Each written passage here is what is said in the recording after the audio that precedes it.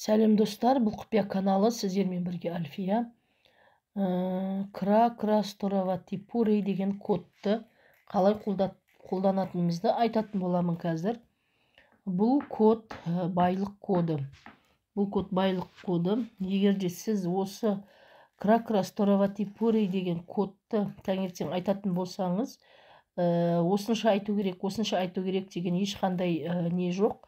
Бірақ өзіңіз қалағаныңызша айтуға болады. 70 рет, 50 рет, 30 рет айтсаңыз болады. Таңертеңгі мезгілде айтқан жақсы негізі. Бұл байлық коды. Байлық шақырат, бай боласыз, берекетті болады үйіңіз. Сосында қарныңыз тоқ болады, ақшаңыз көп болады. Бұл кодты Александр Дуйко деген белгілі эзотерик, орыстың эзотеригі бұл кодты шығарған.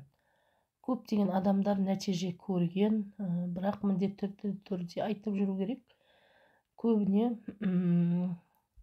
кемінде 4-5 айту керек бұны да. Таңертең айта салсаңыз болады. Мысалға, мен 50 рет таңертең айтсам, күнде 50 рет айтамын. Осы кодты 50 рет айтамын. Сіздер де солай айтсаңыз болады.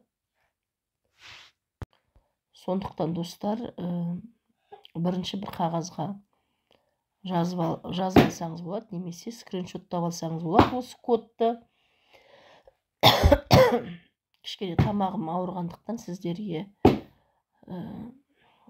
қатты жеткізе алмай жатырмын деймін. Бірақ